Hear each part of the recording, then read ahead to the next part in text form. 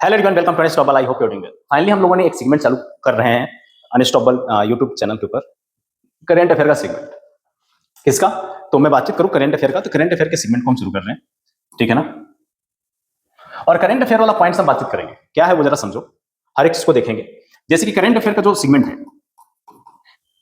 काफी इंपॉर्टेंट है, current affairs काफी इंपॉर्टेंट है।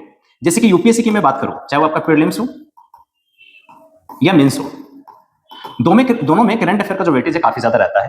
प्रीलिम्स एग्जामिनेशन अगर मैं बात करूं 2026 जो कि आपका होने वाला है 24 मई को, आई थिंक 24 मई को होगा, और डेट भी रिलीज कर दिया गया है कल आयोग के द्वारा। यूपीएससी ने फाइनली डेट रिलीज कर दिया, अपना कैलेंडर रिलीज कर दिया है। अगर कैलेंडर नहीं देखे हो तो जाकर के देख लेना। तो हम लोगों ने क्या शुरू किया है बेसिकली उसके बारे में मैं बता दूं। तो करंट अफेयर का सेगमेंट हमारा मिस था, कर नहीं पा रहे थे, इसके पीछे बहुत सारे प्रॉब्लम्स थे, खैर उसके ऊपर हम बातचीत नहीं करेंगे, डायरेक्ट हम आते हैं पॉइंट्स के ऊपर। देखो करंट अफेयर वाला पार्ट जो है काफी क्रूशियल है। जब मैं प्रिपरेशन कर रहा था तो मैं भी सोचता था कि यार कोई ऐसा टीचर मिल जाए या ऐसा प्लेटफॉर्म मिल जाए जहां से हमको पूरा कंपाइलेशन मिल जाए एक सप्ताह का, ठीक है ना। जैसे कि एवरीडे द हिंदू पढ़ो, मतलब कहां पढ़ोगे, द हिंदू पढ़ोगे कि पीआईबी पढ़ोगे कि इंडियन एक्सप्रेस पढ़ोगे, क्या क्या पढ़ोगे कि मिंट पढ़ोगे, क्या पढ़ोगे भाई, ये बहुत बड़ी समस्या थी। तो जो मैंने फेस किया है वो आप फेस ना करो, इसलिए हमने लॉन्च किया है इस प्रोग्राम को, जिसमें हम वीकली करंट अफेयर जो भी होंगे और उसका जो भी मेन हेडलाइंस होगा, उसके अंदर जो भी इंपॉर्टेंट कीवर्ड होंगे, पॉइंट्स होंगे, उन तमाम चीजों के ऊपर हम बातचीत करेंगे। जैसे कि यहाँ पे आप देखोगे तो हमने जो सोर्सेज रखा है, पीआईबी है, द हिंदू है, इंडियन एक्सप्रेस है, इंपॉर्टेंट अदर जो भी गवर्नमेंट मिनिस्ट्रीज वगैरह होती हैं जिसको आपको पढ़ना होता है, जहां से करंट अफेयर बनते हैं, उसको भी हमने इसमें इंक्लूड किया है। इसके अलावा यूपीएससी के अलावा जब आप पीसीएस की तैयारी करते हो, पीसीएस में अगर सबसे दो पीसीएस की अगर मैं बात करूं नॉर्थ इंडिया की, तो जो सबसे ज्यादा फेमस है और सही बच्चे मैक्सिमम देते हैं, एक है आपका बीपीएससी और दूसरा है आपका यूपीपीसीएस। इन दोनों में मैक्सिमम बच्चे बैठते हैं और वहां पे भी करंट अफेयर का वेटेज बहुत ज्यादा होता है। इस बार जो 71 बीपीएससी हुआ है वहां पे अप्रोक्सीमेटली 50 प्लस क्वेश्चंस थे आपके करंट अफेयर से, और यही वजह है कि इसके कारण बहुत सारे लोगों का मार्क्स गिरेगा। अब हमने क्या शुरू किया वो मैं बता देता हूं। पहले 1 नवंबर 2025 से लेकर के 8 नवंबर 2025 तक जितने भी इंपॉर्टेंट पॉइंट्स हैं, जितने भी इंपॉर्टेंट हेडलाइंस हैं, जितने भी इंपॉर्टेंट आपके करंट अफेयर्स आए हैं, हर चीज के ऊपर हम बातचीत करेंगे, एक एक हेडलाइंस के ऊपर बातचीत करेंगे, डिटेल्स में जाएंगे। प्रीलिम्स के लिए क्यों इंपॉर्टेंट है, मेंस के लिए क्यों इंपॉर्टेंट है, कौन से पेपर में आपका फिट होगा मेंस में, उसके ऊपर ही बातचीत करेंगे, ठीक है। जीएस पेपर 1 में जाएगा, जीएस पेपर 2 में जाएगा, 3 में जाएगा, चाहे वो आपका पॉलिटी का हो, एनवायरमेंट का हो, साइंस एंड टेक्नोलॉजी का हो, या गवर्नेंस का हो, या इसके अलावा सोशल हो, हर एक चीज के ऊपर बातचीत करेंगे। तो पहले मैं आपको हेडलाइन बता दूं कि इस सप्ताह में जो हेडलाइन रहा है वो रहा है, सबसे पहले सबसे बड़ा जो हेडलाइन है वो ये है कि सबसे बड़ा हेडलाइन क्या है वो जरा समझो। फाइनली यहां पे देखोगे तो एआई मिशन के ऊपर काम करना शुरू कर दिया गवर्नमेंट ने। क्यों? क्योंकि एआई के ऊपर बहुत ज्यादा काम नहीं हो रहा था, इसके रूल रेगुलेशंस के ऊपर बहुत ज्यादा खामियां थी, ठीक है ना, बहुत सारे प्रॉब्लम्स थे, एआई का सही तरीके से एथिकल इस्तेमाल नहीं हो पा रहा था। तो फाइनली गवर्नमेंट ऑफ इंडिया ने कहा कि नहीं भाई, ये तो बहुत बड़ा इशू है, और जिस तरीके से हमारा पॉपुलेशन है और उसमें भी युवा जो पीढ़ी है वो एआई का इस्तेमाल इतने अच्छे से, मतलब कितने धड़ल्ले से कर रही है, उसका एथिकल अनएथिकल पॉइंट्स को देखना बहुत जरूरी है। जैसे कि आपने एक साउथ की एक्ट्रेस है जिनका नाम है मंधाना, उनका आपने देखा होगा, बहुत टाइम पहले वायरल हुआ था। तो फाइनली गवर्नमेंट ने क्या किया है, और इसमें आप बात करोगे तो प्रधानमंत्री नरेंद्र मोदी जी ने यहाँ पे इंडिया एआई मिशन 2025 को लॉन्च कर दिया है, और जिसका लागत है 10,300 करोड़ का, ठीक है ना। तो इसको आपको ध्यान में रखना है। दूसरा ये है कि इंडिया और यूएई, यानी कि अब देखो यहाँ पे आपका आ गया आईआर का, इंटरनेशनल रिलेशनशिप का पॉइंट आ गया। तो आईआर में क्या हुआ है कि ग्रीन हाइड्रोजन जो कॉर्पोरेशन है इसको हम लोगों ने मजबूत किया है, और इसके लिए हम लोगों ने यूएई के साथ एक मेमोरेंडम साइन किया है जिसको हम कह रहे हैं ग्रीन हाइड्रोजन कॉर्पोरेशन। अब ये क्या है, क्या पॉइंट्स है, क्या इंपॉर्टेंस है, इसके ऊपर हम बातचीत करेंगे। अभी मैं सिर्फ हेडलाइन आपके साथ डिस्कस करूंगा, फिर एक एक हेडलाइन के ऊपर उसके सारे के सारे पॉइंट डिस्कस करूंगा। और एक बात मैं दावे के साथ कह सकता हूं, जो मैं आपको प्रोवाइड करवा रहा हूं वीकली करंट अफेयर में भी हो सकता है कि आपको संडे को लेट मिले। अगली बार से मैं कोशिश करूंगा कि मॉर्निंग में आपको, संडे के मॉर्निंग में आपको ये चीजें मिल जाए, क्योंकि इस बार से हम शुरू कर रहे हैं, नई चीजें हैं तो थोड़ी सी टाइम लग गई है चीजों को प्रिपेयर करने में। तो कोई बात नहीं है, हम शुरू करते हैं यहां से। जो थर्ड हेडलाइन है वो ये है कि इंडिया में आप देखोगे तो जैसे कि रेपो रेट होता है, बैंक रेट होता है, ठीक है ना, तो बहुत सारी चीजें हो जाती हैं, ठीक है। जैसे कि जो ही मॉनेटरी पॉलिसीज के टूल्स हैं उसमें रेपो रेट सबसे इंपॉर्टेंट है। तो आरबीआई ने क्या किया है कि रेपो रेट को चेंज नहीं किया है भाई साहब, जो 6.5 रेपो रेट पहले से आ रहा था उसी रेपो रेट को उन्होंने फिर से इस बार की मीटिंग में भी लागू कर दिया है। तो इसके ऊपर बातचीत करेंगे।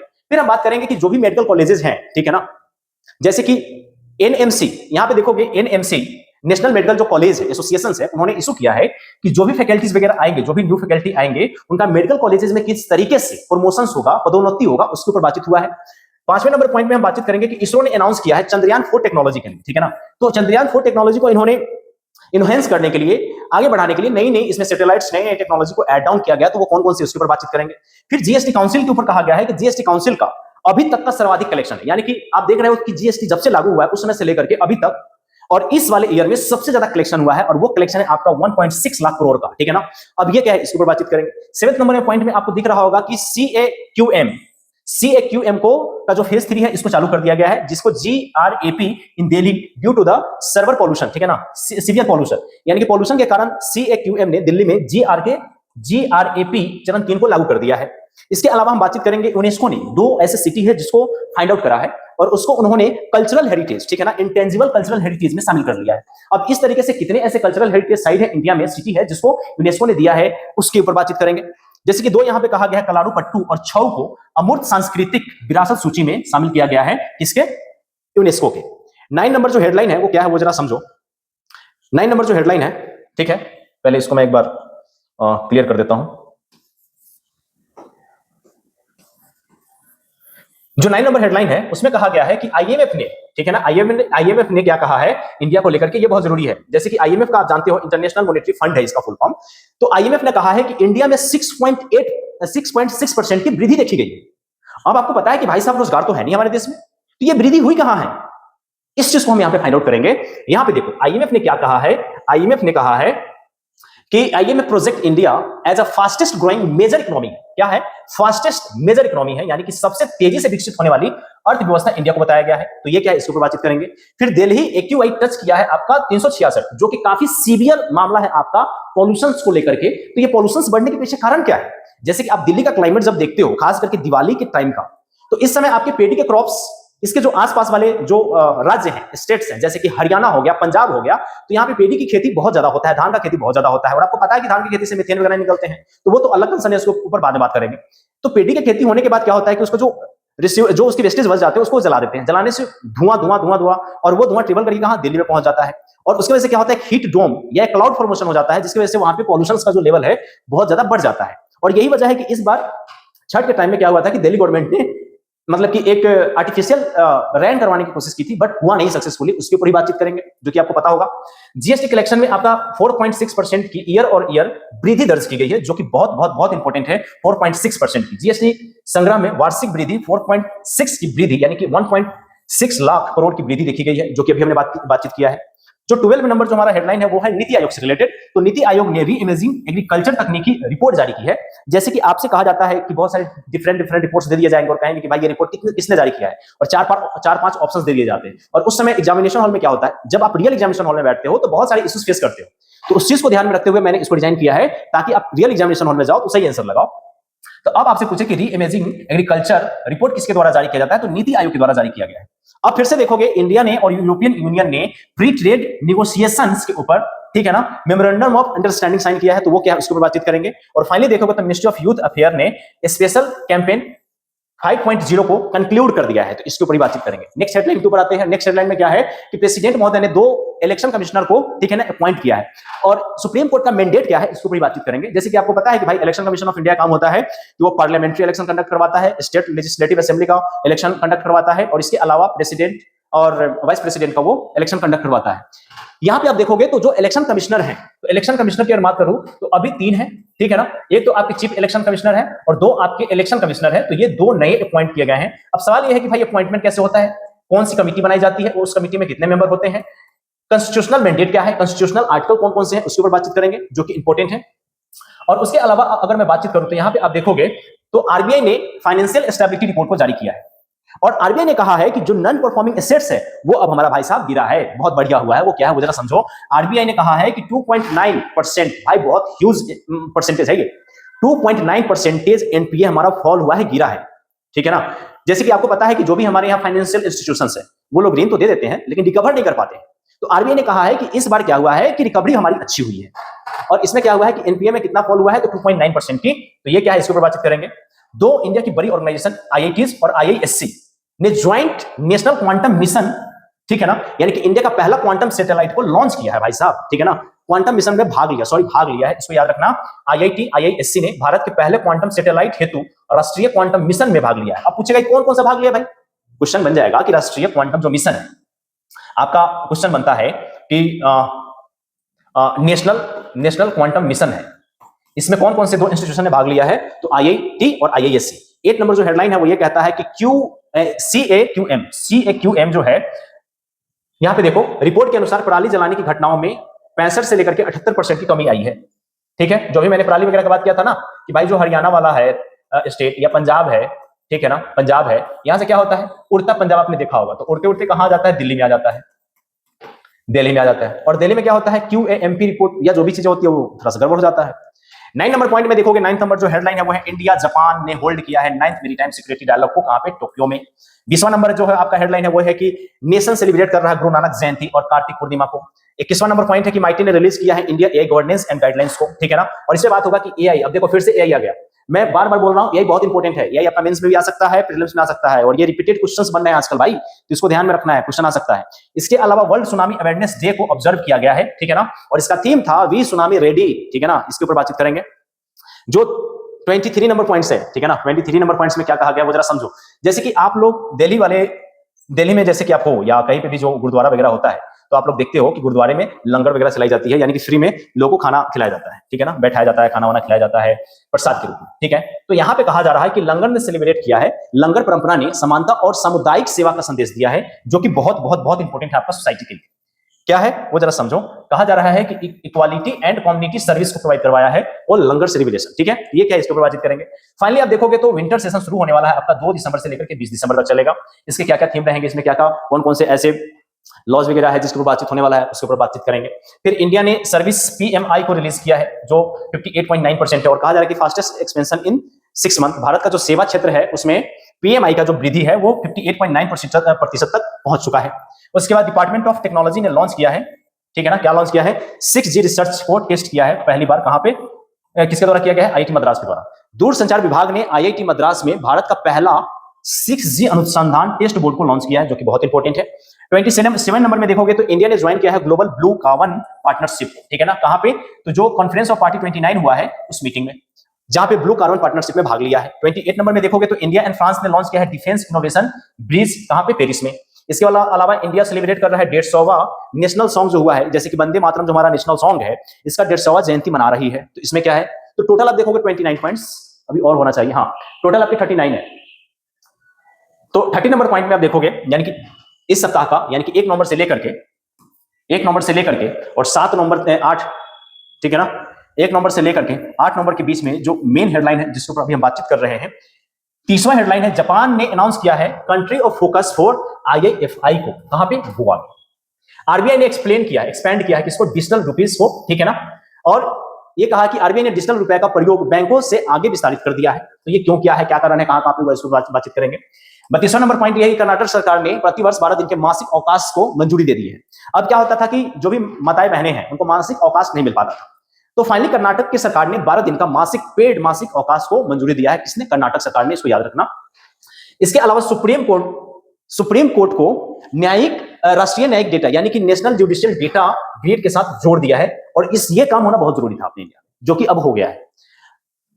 34 नंबर में देखोगे तो प्रधानमंत्री जी ने एक पोर्टल लॉन्च किया है जिसका नाम है विकसित भारत इंफ्रास्ट्रक्चर पोर्टल, इसको याद रखना है, इंपॉर्टेंट है। 35 में देखोगे तो इसरो ने टेस्ट किया है रीयूजेबल लॉन्च व्हीकल, यानी कि फिर से हम, जैसे कि जो भी व्हीकल्स होते हैं उसको हम रीयूज नहीं करते, जैसे कि स्पेस में हमने भेज दिया और डेबरी के रूप में रह जाता था, ठीक है ना, कचरे के रूप में रह जाता था। तो इसरो ने कहा है कि नहीं भाई, जो हम सैटेलाइट भेजेंगे उसको हम फिर से यूज कर सकते हैं, रीयूजेबल लॉन्च व्हीकल को, यानी कि RBL को। यहां पे आप देखोगे तो एक जगह है आपका चित्तूरदुर्ग रेंज से इसको लॉन्च किया है। इसके अलावा 36 नंबर पॉइंट पे देखोगे तो ministry of environment forest and climate change, यानी कि MOECC ने लॉन्च किया है अर्बन बायोडायवर्सिटी इंडेक्स। अब आपसे सवाल करेगा भाई, अर्बन बायोडायवर्सिटी इंडेक्स किसके द्वारा जारी किया जाता है, तो आपको पता होना चाहिए, ministry of forest climate change के द्वारा जारी किया जाता है, ठीक है ना। और इसमें यह कहा गया है कि हम इसके तहत जो हमारे 100 स्मार्ट सिटीज हैं, ठीक है ना, वहां पे हम अर्बन बायोडायवर्सिटी इंडेक्स को जारी किया गया है 100 स्मार्ट सिटीज में। इसके अलावा जैसे कि यहाँ पे मिनिस्ट्री है, अब यहाँ पे करेगा नीति आयोग, तो भाई फिर गड़बड़ हो जाएगा, नीति आयोग ने नहीं, ministry of environment forest climate change ने किया है। 37 नंबर पॉइंट में देखोगे तो G20 ने फॉर्म किया है डिजिटल रेजिलेंस वर्किंग ग्रुप को, ठीक है ना, जो टेकल करेगा AI और साइबर जो भी थ्रेट्स होते हैं उसके ऊपर बातचीत करेगा। जैसे कि कुछ टाइम पहले आपने सुना था कि भाई एम्स के जो साइबर डाटा था उसको हैक कर लिया गया था, ठीक है ना, और बहुत सारे लोगों का डेटा हैक हो गया था। 38 नंबर पॉइंट में देखोगे तो इंडिया ने ऑब्जर्व किया है नेशनल लीगल सर्विस डे को, और ये आपका आर्टिकल है 39A जिसमें फ्री एंड लीगल एड की बात किया जाता है, निःशुल्क सहायता की बात किया जाता है, वो है। और फाइनली 39 नंबर में देखोगे तो नालसा और स्टेट लीगल अथॉरिटी ने ऑर्गेनाइज किया है नेशनल अवेयरनेस ड्राइव को, ठीक है ना, जागरूकता अभियान को। तो ये सारे पॉइंट्स हैं।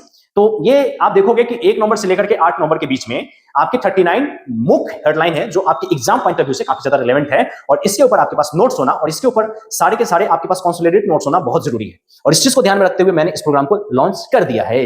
ठीक है, पहला हेडलाइन। अब थोड़ा आराम से चलेंगे। हेडलाइन था, तो हेडलाइन को आप न्यूज वगैरह में देखते हो ना, हेडलाइन को थोड़ा सा फास्ट करते हैं। ठीक है, तो थोड़ा सा फास्ट हुआ है। अब हम थोड़ा सा आराम से शांति शांति से चलेंगे, तो डोंट वरी, टेंशन नहीं लेना है। अब यहां पे देखो, मिनिस्ट्री है, मिनिस्ट्री ऑफ ट्राइबल अफेयर। एक और मिनिस्ट्री है, ministry of culture, ministry of culture. और जब ट्राइबल की बात आता है तो ट्राइबल अफेयर भी दे दिया जाता है ऑप्शन में, कल्चर भी दे दिया जाता है। और इसको देने के बाद थोड़ी सी समस्या हो जाती है कि किसको भैया मारे, कौन सा सही होगा ऑप्शन हमारा। तो ये वाला जो पॉइंट है आपका मिनिस्ट्री ऑफ ट्राइबल अफेयर, बहुत इंपॉर्टेंट है, इसको याद रखना। मिनिस्ट्री ऑफ ट्राइबल अफेयर ने क्या किया वो जरा समझो। आजादी का अमृत महोत्सव फेज 2 के अंडर में इन्होंने किया है जनजातीय गौरव दिवस पखवाड़ा को सेलिब्रेट किया है। और जो ये लॉन्च हुआ है गवर्नमेंट के द्वारा 1 नवंबर 2015 को 25 को। अब मैं जो भी अभी हेडलाइन बात करूंगा, मेन जो हमारे हेडलाइन थे, और उसमें भी अब हम बात करेंगे कि 1 नवंबर 2025 को इंपॉर्टेंट, मोस्ट इंपॉर्टेंट, एक्चुअली में मोस्ट इंपॉर्टेंट या सुपर इंपॉर्टेंट जो करंट अफेयर्स है उसके ऊपर अब हम बातचीत कर रहे हैं। तो ये 1 नवंबर का है, पॉलिटी एंड गवर्नेंस से कनेक्टेड है। जीएस पेपर आपका फर्स्ट, सेकंड और एथिक्स एंड एसए में काम आएगा। यहां पे देखो, यहां पे काम आएगा। बहुत लोग कह रहे हो कि सर थोड़ा सा और इसको जूम आउट करो। ठीक है ना, चलो मैंने जूम आउट कर दिया, अब शायद से तरीके से दिख रहा होगा आप लोगों को। तो मिनिस्ट्री ऑफ ट्राइबल अफेयर ने आजादी का अमृत महोत्सव सेकेंड फेज के तहत जनजातीय गौरव पखवाड़ा 1 नवंबर से लेकर के 15 नवंबर तक मनाने की बात कही है कि 1 नवंबर से शुरू होगा जो 15 नवंबर तक चलेगा। 15 नवंबर क्या है, तो आपको पता होना चाहिए कि 15 नवंबर बिरसा मुंडा जी की जयंती को मनाया जाता है। और ये ट्राइबल जयंती में सबसे इंपॉर्टेंट है। ट्राइबल्स की अगर बात करूं तो ट्राइबल मुंडा जी को एज ए गॉड के रूप में मानता है। ठीक है ना, कि ये हमारे भगवान है, ये हमारे भगवान है। तो आप देखोगे तो 15 नवंबर से लेकर के 1 नवंबर से लेकर के 15 नवंबर तक हम क्या मना रहे हैं, जनजातीय गौरव दिवस मना रहे हैं। और ये बिरसा मुंडा जी की जयंती है कितने तारीख को, 15 नवंबर को। ठीक है ना, और ये सपोर्ट किसके किसके द्वारा मिल रहा है इस प्रोग्राम को, तो ट्राइबल रिसर्च इंस्टीट्यूट के द्वारा, वनधन विकास योजना के द्वारा मिल रहा है। इसके साथ साथ ये जो हमारा जनजातीय गौरव दिवस है, जनजातीय गौरव वर्ष पखवाड़ा है, इसके साथ इंटीग्रेशन किया गया है आपका वंदे मातरम, मातरम जो नेशनल सॉन्ग है, इसको क्यों किया गया है, क्योंकि वंदे मातरम को लिखे हुए 150 वर्ष हो चुका है। ठीक है ना, किसने लिखा है तो आपको पता होना चाहिए। ठीक है ना, तो ये सारे पॉइंट्स हैं। इसके अलावा मैं बातचीत करूं तो और भी इंपॉर्टेंट पॉइंट इसमें आ जाते हैं, जैसे कि हिंदी माध्यम वाले आपको हिंदी में यहाँ पे मिल जाएगा, तो टेंशन नहीं लेना है। संस्थान में TRIFED भी है, तो ट्राइफेड भी है, तो इसको याद रखना भाई। ठीक है ना, Indian tribal research institute, TRIFED है, और वनधन विकास योजना है। ये तीनों ऑर्गेनाइजेशन है, तो इसको याद रखना। अब हम आते हैं यहां पे, ठीक है ना, अब हम आते हैं नेक्स्ट टॉपिक के ऊपर, नेक्स्ट हेडलाइन के ऊपर, और ये है आपका इकोनॉमी से रिलेटेड। इकोनॉमी से रिलेटेड हेडलाइन है, और इसमें आरबीआई ने गाइडलाइन जारी किया है जो कि बहुत इंपॉर्टेंट आप लोग के लिए जानना। वो गाइडलाइन क्या है वो जरा समझो। आरबीआई ने कहा है कि हम आधार को मैंडेटरी कर रहे हैं, ठीक है ना, बैंकिंग सिस्टम में। और आधार को मैंडेटरी करने के पीछे कारण क्या है कि इंडिया डिजिटली रूप से, इंडिया का डिजिटलाइजेशन हो रहा है और हम लोग पेपरलेस की तरफ बढ़ रहे हैं। और डिजिटल जो डेटा है पूरे इंडियंस का, वो है उनके आधार में, जैसे कि उनकी बायोमेट्रिक है, फेशियल रिकॉग्नाइजेशंस हैं, सब कुछ है। इसलिए इन्होंने आधार को मैंडेटरी कर दिया है, इन्फोर्स कर दिया है किसमें, बैंकिंग नॉर्म्स में। और इससे क्या होगा, चाहे वो नॉमिनेशन, जो भी नॉमिनेशन वाली चीजें, जैसे कि 7 अकाउंट है, तो 7 अकाउंट्स में नॉमिनेशन को मैंडेटरी कर दिया गया है। दूसरा यह है कि जो पेंशनर थे, जो पेंशन लेते थे, उनको विड्रॉल में बहुत समस्याएं हो रही थी, तो वो भी चीजें अब ठीक हो जाएंगी। तो ये सारी बातें यहाँ पे लिखा गया है, जो कि आप देख सकते हो। ठीक है ना, तो की पॉइंट क्या है, तो मैंडेटरी किया गया है nomination for all saving accounts में। अब यहाँ पे सेविंग अकाउंट की जगह पे करंट अकाउंट हो तो वो गलत हो जाएगा। याद रखना, 7 अकाउंट में सिर्फ, सभी सेविंग अकाउंट्स में। पेंशन जो विड्रॉल है उसका ऑनलाइन वेरिफिकेशन करने में समस्या नहीं होगी। आधार अपडेट फी को इफेक्टिव बनाया गया है। कोर की क्या होगा, कोर कंसेप्ट क्या होगा, financial inclusion, digital governance, citizenship and identity. आपका जो सब्जेक्ट आएगा यूपीएससी में, GS paper second, GS paper 3 और प्रीलिम्स में, ये इंपॉर्टेंट पॉइंट हो जाएगा कि आधार एंड नॉमिनेशन रूल्स कौन कौन से हैं, उसके ऊपर आएगा। तो अब आपको कर ले जाना है। ठीक है, अब हमारे पास आ रहा है न्यू हेडलाइन, वो है science and technology. Science and technology से है, वो क्या है वो जरा समझो। Department of science and technology ने लॉन्च किया है, क्या लॉन्च किया है, एक इनिशिएटिव को। किसने, department of science and technology ने क्या लॉन्च किया है? उन्होंने कहा है कि AI for Bharat mission phase 2 को लॉन्च किया है। किसको लॉन्च किया है? कौन से इनिशिएटिव को? तो याद रखना है AI for Bharat mission phase 2 को। कब लॉन्च हुआ है? 1 नवंबर 2025 को। और इससे इनहेंस होगा आर्टिफिशियल इंटेलिजेंस का जो इस्तेमाल होगा गवर्नेंस में, उसमें इसका इनहेंसमेंट हो जाएगा। सिटीजनशिप सर्विसेज है उसमें इनहेंसमेंट हो जाएगा। कोर फैक्ट क्या है? तो कोलैबोरेशन किया गया है, जैसे कि department of science and technology ने AI for Bharat mission phase 2 है, फेज 2 है। पेज हो गया ये, फेज सेकेंड है। इसको 3 ऐसे ऑर्गेनाइजेशन है जिसके साथ कोलैबोरेट किया है। पहला आईआईटी मद्रास, नीति आयोग और एनआईसी। याद रखना इन तीनों के कोलैबोरेशन से AI for Bharat mission phase 2 को लॉन्च किया गया है। अब इससे क्या होगा वो जरा समझो। AI for Bharat mission phase 2 में क्या है टारगेट कि 1000 हम एआई स्टार्टअप्स को, ठीक है ना, शुरू करेंगे। किसके under? National deep tech startup policy 2024 के माध्यम से। तो इसको याद रखना है, ठीक है ना? क्लियर है? क्लियर है? याद रहेगा? इसका हिंदी वाला पॉइंट ये है माय डियर फ्रेंड्स, ठीक है ना? इसको देख लेना कि 1 नवंबर 2025 को विज्ञान और प्रौद्योगिकी विभाग ने एआई फॉर भारत मिशन 2000 मतलब कि भारत मिशन फेज 2 को लॉन्च किया है, वगैरह वगैरह, ये सारी चीजें देख लेना। अब हम आते हैं इन्वायरमेंट वाले पॉइंट्स पे। इन्वायरमेंट से एक रिलेटेड पॉइंट है हमारा, वो क्या है वो जरा समझो। मिनिस्ट्री ऑफ इन्वायरमेंट, देखो मिनिस्ट्री ऑफ इन्वायरमेंट काफी important. Ministry of environment, forest and climate change क्या कहा है वो जरा समझो। इन्होंने कहा है कि अर्बन वेटलैंड लाइफ को इन्होंने लॉन्च किया है। एक प्रोजेक्ट है इनका। कौन सा प्रोजेक्ट है? Urban wetland life. इस प्रोजेक्ट को 1 नवंबर 2025 को लॉन्च किया है। अब इसके तहत होगा क्या? जो अर्बन वेटलैंड लाइफ है, इसके तहत क्या होगा कि ऐसे सिटीज ढूंढे जाएंगे जहां पे वेटलैंड को संरक्षित करना बहुत जरूरी है। जैसे कि वेटलैंड था भाई, सूख गया है, खराब हो गया है, या उसको मानव एक्टिविटीज के द्वारा वो खत्म होने के कगार पे है, तो उसको क्या किया जाएगा? पुनर्जीवित करने का काम किया जाएगा इस मिशन के द्वारा, ठीक है? और इसमें क्या हुआ है कि पायलट सिटी है, जैसे कि बेंगलुरु को रखा गया है, गुरुग्राम को रखा गया है, लखनऊ को रखा गया है, पुणे को रखा गया है। 4 सिटी है। इस 4 सिटी को याद रखना। अर्बन वेटलैंड लाइफ में 4 सिटी को रखा गया है, बेंगलुरु, गुरुग्राम, लखनऊ एंड पुणे को रखा गया है। इसका ऑब्जेक्टिव यह होगा कि रीस्टोर किया जाएगा 75 वेटलैंड्स को 2026 तक, ठीक है ना? और ये क्या होगा? नेचर बेस्ड सॉल्यूशन होगा, ठीक है ना? नेचर बेस्ड सॉल्यूशन होगा। किसके माध्यम से इसको पुनर्जीवित किया जाएगा? तो नेचर बेस्ड सॉल्यूशंस के ऊपर काम किया जाएगा। तो इसको आप याद रखना, ठीक है ना? अब आप देखोगे तो जैसे कि यहां पे देखो जो की फैक्ट है, पायलट प्रोजेक्ट है, ऑब्जेक्टिव क्या है? रिस्टोर करना। कोलैबोरेशन किसके किसके साथ है? तो न्यू के साथ है, national institute of urban affairs और यूनाइटेड नेशन इन्वायरमेंटल प्रोग्राम का इसमें रखा गया है, ठीक है? जो नेक्स्ट है हमारा, जैसे कि हिंदी वाला पॉइंट इधर है वो देख लेना। इसमें 2 है। नेचर बेस्ड सॉल्यूशन क्या होता है? तो हम यूज करेंगे, जैसे कि अब पूछा जाएगा कि नेचर बेस्ड सॉल्यूशन क्या होता है, कि उसको कैसे आप इस्तेमाल करोगे, फिर कैसे पुनर्जीवित करोगे। तो यहाँ पे आपको देखना है कि इसमें यूज किया जाएगा लोकल प्लांट्स को और नेचुरल फिल्टर्स को। नेचुरल फिल्टर्स क्या है नहीं है उसको आप देख लेना एक बार। मिशन लाइफ क्या है? इसमें इंडिविजुअल और कलेक्टिव रिस्पॉन्सिबिलिटी होगा, किससे? जिससे सस्टेनेबिलिटी को लाया जाएगा। और ये इंपॉर्टेंट है आपका जीएस पेपर 3 के लिए, जिसमें एनवायरमेंटल वेटलैंड कंजर्वेशन आता है, वो है।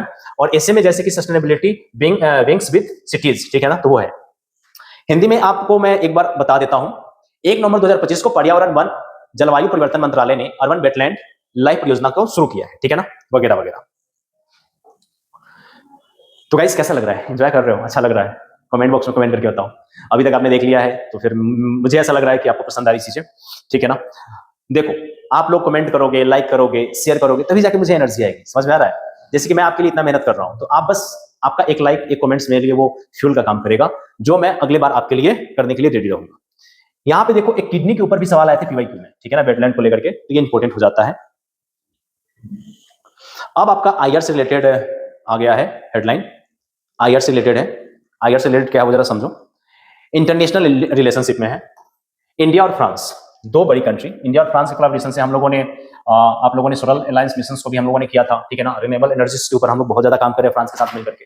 फाइनली गवर्नमेंट ऑफ इंडिया ने 1 नवंबर 2025 को एग्रीड किया है। क्या किया है? एक कोलैबोरेशन हम लोग कर रहे हैं फ्रांस के साथ स्पेस एंड डिफेंस इनोवेशंस के लेकर के। इसके अंडर में स्ट्रेटेजिक पार्टनरशिप विजन 2047 के तहत, यानी कि स्ट्रेटेजिक पार्टनरशिप विजन 2047 के तहत हम लोगों ने स्पेस डिफेंस इनोवेशंस को कार्य किया है। यहां पे देखोगे तो इंडिया और फ्रांस डिफेंस इनोवेशन ब्रीज को भी लॉन्च किया गया है। देखो इंडिया और जापान के बीच में 2 कार्य हुए, एक तो आपका स्पेस को लेकर के, और दूसरा हम लोगों ने Indo French defence innovation bridge भी हम बना रहे हैं, ठीक है ना? अब इसमें क्या होगा तो वो जरा देखो कि फैक्ट में आपका आ जाएगा इंपोर्टेंट पॉइंट्स जो कि बहुत ज्यादा महत्वपूर्ण है, वो जरा देखो। फोकस स्कीम में क्या है, satellite launch collaboration, AI based surveillance and defence startups को हम लोग शुरू कर रहे हैं, ठीक है ना। और विजन क्या होगा वो जरा समझो। इंडिया 47 तक 100 साल हो जाएगा, इंडिया का 47 में 100 साल हो जाएगा। इसी के उपलक्ष्य में हम लोगों ने इस चीज को किया है। और साथ में हमारा जो फ्रांस के साथ जो कोलैबोरेशन चल रहा है उसका भी 50 साल हो जाएगा, ठीक है। अब कुछ लोगों को समझ में नहीं आ रहा होगा तो मैं समझा दूं। इंडिया का 2047 में आजादी का 100 साल हो जाएगा और फ्रांस के साथ जो हमारा पार्टनरशिप चल रहा है उसका 50 साल होगा। उसी के शुभारंभ पे हम लोगों ने स्ट्रेटेजिक पार्टनरशिप विजन हम लोगों ने शुरू किया है, ठीक है ना। तो ये हो गया। अब नेक्स्ट पॉइंट क्या है वो जरा देखो। साइंस एंड टेक्नोलॉजी से है। इसमें आप देखोगे तो 2 नवंबर को, अब यहाँ पे डेट चेंज हो गया, 2 नवंबर आ गया है, ठीक है ना। अब 2 नवंबर वाले में हम लोग आ चुके हैं। अब 2 नवंबर का हम लोग कर रहे हैं करंट अफेयर। 1 नवंबर का हमारा हो गया, 2 नवंबर का कर रहे हैं। इसमें इसरो ने एक बहुत ही, आप कह सकते हो कि अभी तक का सबसे भारी हेवीएस्ट सैटेलाइट को लॉन्च किया है। किसने? इसरो ने। और ये हमारी बहुत बड़ी सक्सेसफुल लॉन्च थी जिसमें हम लोगों ने इस्तेमाल किया है CMS-03 को, CMS-3 को, जिसको आप कहते हो सैटेलाइट GSAT-7R। देखो GSAT-7R टेक्नोलॉजी का हम लोगों ने इस्तेमाल किया है, लॉन्च व्हीकल का इस्तेमाल किया है। और इंडिया का सबसे हेवीएस्ट कम्युनिकेशन सैटेलाइट है ये, तो ये याद रखना। अब कहेगा डिफेंस सैटेलाइट है, तो नहीं, कम्युनिकेशन सैटेलाइट है। और ये लॉन्च कहां से हुआ है तो याद रखना, सतीश धवन स्पेस सेंटर जो श्री हरिकोटा में है, वहां पे हमने एक लॉन्च व्हीकल का इस्तेमाल किया जिसका नाम है आपका LVM-3 मैक 5। याद रखना LMV-3 मैक 5 का इस्तेमाल किया गया है इस हेवीएस्ट सैटेलाइट को स्पेस में ले जाने के लिए। इसका वेट है 4410 केजी। देख रहे हो, 4410 केजी इसका वजन है। अब एक बात आपको याद रखना होगा कि जो भी हेवीएस्ट सैटेलाइट होगा उसको स्पेस में भेजना, भाई साहब, ये बहुत बड़ा टफ वर्क है, ठीक है ना। अगर इस तरीके के फैक्ट है आपके प्रीलिम्स एग्जामिनेशन में या मेंस प्रीलिम्स एग्जामिनेशन में खास करके, तो ऐसे फैक्ट गलत हो जाते हैं, तो इसको याद रखना। कहां पे हम लोगों ने इसको ट्रांसफर किया है, कहां पे प्लेस किया है, तो जियो सिंक्रोनस ट्रांसफर ऑर्बिट यानी कि GTO में हम लोगों ने इसको भेजा है, ठीक है ना। ये क्या करेगा, प्रोवाइड करवाएगा हमें सिक्योर कम्युनिकेशन लिंक प्रोवाइड करवाएगा जो इंडियन नेवी, यहां पे देखो फिर से देखो, बहुत बहुत बहुत इंपॉर्टेंट पॉइंट्स मैं डील कर रहा हूं। किसके किसके साथ ये हम लोग कम्युनिकेशन प्रोवाइड करवाएगा, कहेगा कि भाई ये पब्लिक के साथ करवाएगा, ठीक है ना, लोगों को ये नेविगेशन देगा, लोग इससे नेविगेट करेंगे, नहीं भाई, इससे इंडियन नेवी नेविगेट करेगी। और इंडियन ओशियन के अंदर ये चीज को रखा गया है, तो इसको याद रखना। जो CMS-3 है रिप्लेस करेगा GSAT-7 को, जिसको रुकमनी कहते हैं, जो 2013 में लॉन्च किया गया था, इसको रिप्लेस करेगा CMS-3, ठीक है ना। यहां पे देखो GSAT, ये R है, 7R है, ये GSAT-7 है, तो इस पॉइंट को याद रखना। GSAT-7 का इस्तेमाल करके हम लोगों ने रुकमनी को लॉन्च किया था 2013 में, और वहीं पे 2025 में हमने लॉन्च किया है इसको इंडियन, यहां पे आप देखोगे आपका LVM-3 मैक 5 के द्वारा, ठीक है ना, जो हेवीएस्ट हमारा कम्युनिकेशन सैटेलाइट है। और आपको यहाँ पे पता है कि डेवलप किया गया है इसरो के द्वारा और भारत इलेक्ट्रिक लिमिटेड के द्वारा। तो ये 2 पॉइंट्स याद रखना जो कि काफी काफी काफी इंपॉर्टेंट है। अब यहाँ पे देखोगे तो और भी पॉइंट्स हैं, जैसे कि part of Indian defence communication network है जिसको मॉडर्न किया जा रहा है, ठीक है ना। और कंसेप्ट में आप देखोगे तो LVM-3 लॉन्च व्हीकल मार्क 3 है ये, ठीक है ना। और ये इंडिया का most powerful heavy lift launch vehicle था जिसका पेलोड था 8000 से लेकर के, ठीक है ना, 8000 टू LEO एंड 4000 GTO में था, ठीक है ना। यानी कि 8000 तक का ये वजन भेज सकता था लोअर अर्थ ऑर्बिट में, और 4000 तक के वजन को भेज सकता था जियो सिंक्रोनस ऑर्बिट में, ठीक है ना। साथ ही ये स्ट्रेटेजिक कम्युनिकेशन है। उसके बाद आत्मनिर्भर भारत, ठीक है ना, आत्मनिर्भर भारत के तहत इसको बनाया गया है। और ये आपका GS 3, 2 एंड प्रीलिम्स में आपका बहुत इंपॉर्टेंट हो जाएगा। हिंदी माध्यम वाले आपको लग रहा होगा कि सर इंग्लिश वाला पॉइंट दिखा रहे हैं, हिंदी वाला नहीं दिखा रहे हैं, तो मुझे थोड़ा सा माफ कीजिएगा, मैं दिखा देता हूं हिंदी वाला पॉइंट भी, क्योंकि हिंदी माध्यम वाले विद्यार्थी के साथ बहुत समस्या होता है। अब आपका सवाल आ रहा होगा कि सर PDF कहां से मिलेगा, लिंक है डिस्क्रिप्शन में टेलीग्राम का, ज्वाइन कर लेना, वहां से आपको मिल जाएगा, ठीक है ना। यहाँ पे देख लो हिंदी माध्यम वाले, श्री हरिकोटा से लॉन्च किया गया है वगैरह वगैरह सारी चीजें। अब यहाँ पे साइंस एंड टेक्नोलॉजी से फिर से एक आ गया आपके लिए, ठीक है ना, वो जरा देखो, ठीक है। क्या आप एंजॉय कर रहे हो, क्या आपको अच्छा लग रहा है, अच्छा लग रहा है। आप यहाँ पे देखो, पहले हिंदी वाले को दिखा देता हूं यार,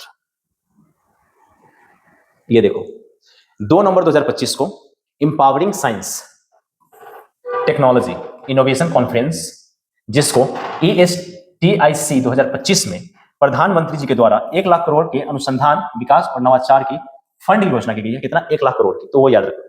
संचालन किसके द्वारा होगा? नीति आयोग के द्वारा, DPIIT के द्वारा और department of science and technology के द्वारा होगा।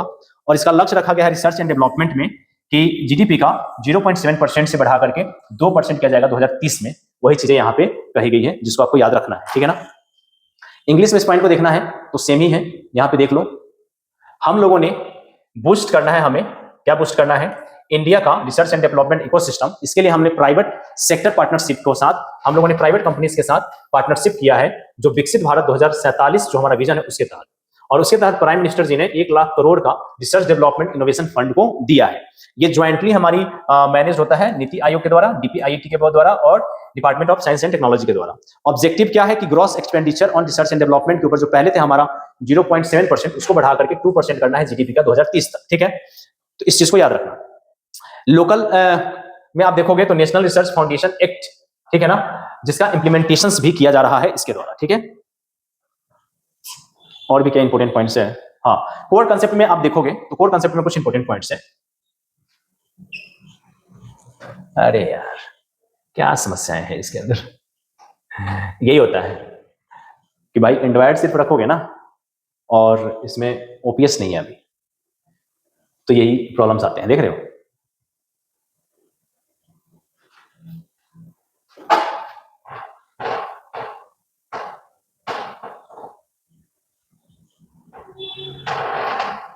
अच्छा, ये किसी के बारे में, इसके बारे में पता होगा तो बताना कमेंट बॉक्स में, ठीक है ना। ट्रिपल हेलिक्स मॉडल का इस्तेमाल किया जाएगा इसमें। इनोवेशन इकोसिस्टम का जीईआरडी इंपोर्टेंस, ठीक है ना, इसका भी इस्तेमाल किया जाएगा, ठीक है। अब यहां पे आप देखोगे तो कल्चरल एंड ज्योग्राफी के ऊपर है, तो लखनऊ को डिक्लेयर किया गया है यूनेस्को के द्वारा क्रिएटिव सिटी ऑफ गैस्ट्रोमोलॉजी, गैस्ट्रोमोनॉमी है, गैस्ट्रोमोनॉमी, ठीक है। तो किसको, लखनऊ को, तो ये याद रखना है। तो किसने किया है, यूनेस्को ने किया है लखनऊ को क्रिएटिव सिटी ऑफ गैस्ट्रोनॉमी, ठीक है ना, कब, 2 नवंबर 2025 को। और इसमें किया गया है कि रिच अवधि जो कैलिनरी है, ट्रेडिशंस है, उसको इसमें कंसीडर किया गया है। और Lucknow become a second Indian city, ठीक है ना, इंडिया सेकेंड बना है। पहले कौन था, तो हैदराबाद था। पहले कौन था, तो हैदराबाद था। इंडिया कौन हो गया है, तो सेकेंड हो गया। तो इसको क्या होगा, पहले हैदराबाद था, अब इंडिया सेकेंड हो गया। उनको पहले इसको निकालने दो, फिर इस चीज को मैं बताता हूं। अब हमारा जो हेडलाइन है वो है आपका कल्चरल एंड ज्योग्राफी से, कल्चर एंड ज्योग्राफी से। इसमें यह है कि यूनेस्को ने जो लखनऊ है इसको डिक्लेयर किया है क्रिएटिव सिटी गैस्ट्रोनॉमी, गैस्ट्रोनॉमी।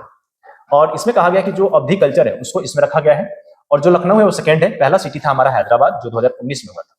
अब यहाँ पे कुछ अनाउंसमेंट हुए हैं वर्ल्ड सिटीज डे के ऊपर, जो कि मनाया जाता है आपका 31 अक्टूबर को, और कंफर्म किया गया है 2 नवंबर को। तो इसमें कुछ सिटीज हैं जिसको क्रिएटिव सिटीज के ऊपर जाना जाता है, जैसे कि जयपुर है क्राफ्ट के रूप में, वाराणसी है म्यूजिक के रूप में, चेन्नई है आपका म्यूजिक के रूप में, मुंबई है फिल्म के रूप में, हैदराबाद है आपका गैस्ट्रोनॉमी के क्षेत्र में। अब आपका 1 2 3 4 5 थे पहले, छठा आपका हो गया लखनऊ, किसमें, गैस्ट्रोनॉमी के क्षेत्र में। तो याद रखना 6 हमारे यूनेस्को के क्रिएटिव सिटी नेटवर्क के अंदर यूसीसीएन के तहत जोड़ा गया है। और इसमें आप देखोगे तो टोटल है 350 और इंडिया में है कितने, तो 6, ठीक है ना।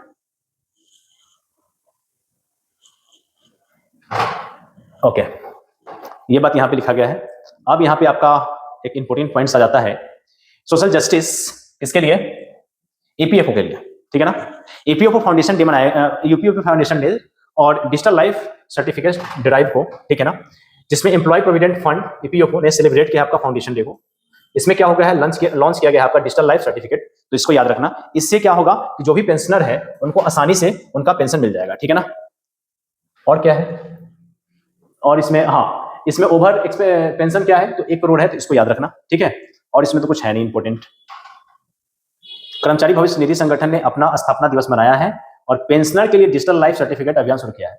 अब ये कहे कि भाई डिजिटल लाइफ सर्टिफिकेट किसके द्वारा है, तो ये आपका हो गया ईपीएफओ के द्वारा, तो इसको याद रखिएगा, ठीक है।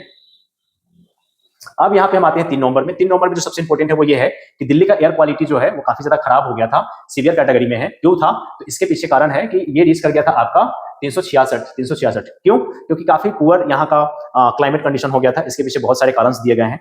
और यहाँ पे देखोगे तो 7 times the WTO safe limit, ठीक है ना, WHO का, सॉरी, वर्ल्ड हेल्थ ऑर्गेनाइजेशन का जो लिमिट है, सेफ लिमिट, उससे 7 गुना ज्यादा है। इसको याद रखना।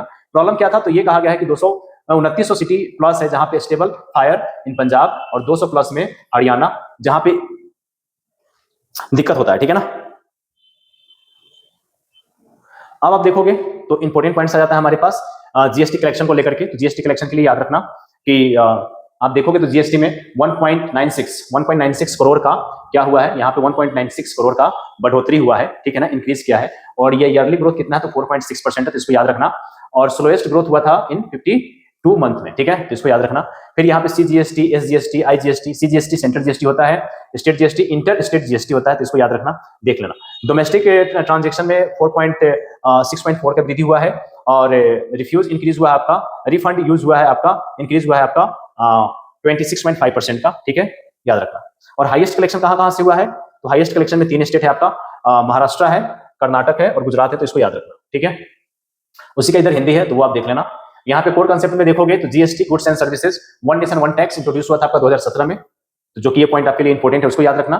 फिजिकल फेडरलिज्म को बढ़ावा देगा, क्यों देगा, क्योंकि इससे क्या होगा कि स्टेट और सेंटर के बीच में ट्रांसपेरेंसी रहेगी, किसको लेकर के, आपकी जो भी रेवेन्यू शेयरिंग होता है उसको लेकर के। और जीएसटीएन जो है आपका टैक्स ट्रांसपेरेंसी के लिए बनाया गया है, इसको याद रखिएगा, ठीक है। उसके अलावा साइंस एंड टेक्नोलॉजी है, 3 तारीख का है, ये है री इमेजिंग एग्रीकल्चर रोड मैप है। इसमें क्या है वो जरा समझने की कोशिश कीजिएगा आप लोग। इसको पहले लॉन्च किया गया है गांधीनगर गुजरात से, ठीक है ना। इसमें क्या होगा कि एआई, आईटी, आईओटी, ड्रोन, ठीक है ना, इन तमाम चीजों का इस्तेमाल किया जाएगा, जिससे एग्रीकल्चर को और ज्यादा बेहतर बनाया जा सके, ठीक है ना। तो एग्रीकल्चर को बेहतर बनाने के लिए नीति आयोग ने क्या किया है, एक रिपोर्ट जारी किया है, री इमेजिंग एग्रीकल्चर रिपोर्ट। कहां से, तो गांधीनगर गुजरात से, इसको याद रखना। और इसका लक्ष्य है कि 2030 तक आय में दुगुना करना है, किसके, किसानों के, और संसाधन उपयोग में 30% 20% की कमी करना है, ठीक है, इसको याद रखना। अब आपका आ जाता है फिर से 3 नवंबर वाले में ही है, इंडिया एंड यूरोपियन यूनियन के बीच में फ्री ट्रेड नेगोशिएशन रिज्यूम को साइन किया गया है। और इससे क्या होगा वो जरा समझो। पहले ये वार्ता कहां पे हुआ है, तो आपका दिल्ली में हुआ है, इसको याद रखिएगा। और European Indian 3rd largest trading partner है, तो इसको याद रखिएगा, कितना है, 3rd लार्जेस्ट ट्रेडिंग पार्टनर है। यहां पे आप देखोगे तो इंडिया इंडो पैसिफिक, ठीक है ना, outreach and FTA with UK के साथ हुआ है। ट्रेड डिप्लोमेसी है, सस्टेनेबिलिटी चैप्टर है, और इसके बाद स्ट्रेटेजिक ऑटोनॉमी हमारा हो जाएगा, ठीक है, जो कि काफी इंपॉर्टेंट है। इसके अलावा आप देखोगे तो आपके पास आ जाएगा सोशल गवर्नेंस स्पेशल कैंपेनिंग 5, जो कि मैंने आप लोगों से बात किया था कि मिनिस्ट्री ऑफ यूथ अफेयर ने, यहां पे देखो मैंने आपको बोला था ना कि मिनिस्ट्री ऑफ यूथ अफेयर ने क्या किया है कि स्पेशल कैंपेनिंग 5.0 को कंक्लूड कर दिया है, जिसको आप याद रखना। कब हुआ है, 3 नवंबर 2025 को, ठीक है ना। किसमें, क्लीननेस में, फोकस किसमें किया जा रहा है, क्लीननेस में, इफिशिएंसी में और यूथ पार्टिसिपेशन में, जो कि अंडर काम करता है आपका स्वच्छ भारत मिशन 2.0 में। की फैक्ट क्या है, तो 7 lakh files, 2.2 lakh square feet, ठीक है ना, वगैरह वगैरह है। कोर कंसेप्ट में क्या होगा, गुड गवर्नेंस आ जाएगा, यूथ एम्पावरमेंट होगा, मिशन कर्मयोगी, ठीक है ना, तो ये सारी चीजें आ गई हैं, हिंदी में यहां पे है। अब हम आते हैं गाइस 4 नवंबर वाले में। अब हम 4 नवंबर वाले पे डिस्कस करेंगे, ठीक है ना।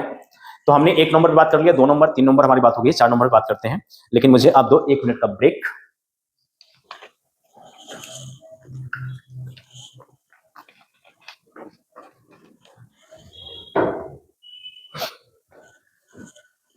एक मिनट का मैंने ब्रेक इसलिए लिया, थोड़ा सा पानी वगैरह पीना था, ठीक है ना। मैंने बोला था गाइस कि 2 नए इलेक्शन कमिश्नर का अपॉइंटमेंट हुआ है। यहां पे देखोगे 2 न्यू इलेक्शन कमिश्नर जो है हमारे अपॉइंट हुए हैं। अब इसको क्या हो गया, पीडीएफ को 1 मिनट रुक जाओ, हाँ ठीक है। तो पहली बात तो यह है कि ये इंडियन पॉलिटिकल गवर्नेंस रिलेटेड है। अपॉइंटमेंट कब हुआ है, तो 4 नवंबर 2025 को प्रेसिडेंट महोदय ने अपॉइंट किया है 2 नए इलेक्शन कमिश्नर को, ठीक है ना। 2 नए इलेक्शन कमिश्नर को अपॉइंट किया है, ठीक है, जिनका नाम क्या है, तो वो जरा समझो। यहां पे देखो न्यू सिलेक्शन प्रोसीजर है, जिसको सेटअप किया गया सुप्रीम कोर्ट, ठीक है ना, अनूप बंसल जजमेंट के तहत। अनूप बंसल जजमेंट आया और उसके तहत इसको सेटअप किया गया है प्रोसीजर को। की फैक्ट क्या है वो जरा समझो। कॉन्स्टिट्यूशनल आर्टिकल है हमारा 324, इसमें सुपरिटेंडेंस, डायरेक्शंस और कंट्रोल ऑफ इलेक्शंस का काम कौन करेगा, इलेक्शन कमीशन ऑफ इंडिया करेगा। कंपोजिशन में एक चीफ इलेक्शन कमिश्नर होते हैं और 2 कमिश्नर होते हैं, 2 आपके इलेक्शन कमिश्नर होते हैं। टोटल इसमें 3 होते हैं, मल्टीपल बॉडीज हैं, ठीक है ना। अपॉइंटमेंट कमेटी बनाई गई है। अपॉइंटमेंट कमेटी में कौन कौन है, तो ये पहले तो प्राइम मिनिस्टर जी हैं, एक लीडर ऑफ अपोजिशन है ट्रांसपेरेंसी के लिए, और चीफ जस्टिस ऑफ इंडिया, ये तीनों होंगे अपॉइंटमेंट कमेटी में। और ये लोग नाम को सजेस्ट करेंगे, उसके बाद उस नाम को भेजा जाएगा प्रेसिडेंट ऑफ इंडिया के पास। ये लोग सजेस्ट करेंगे, प्रेसिडेंट ऑफ इंडिया के पास आएगा और प्रेसिडेंट महोदय क्या करेंगे, इसको अपॉइंट कर देंगे, ठीक है ना। टेन्योर क्या होता है? तो टेन्योर 6 साल का होता है या 65 वर्ष का एज तक रह सकता है, ठीक है ना। 6 वर्ष या 65 वर्ष तक के एज तक वो रह सकता है।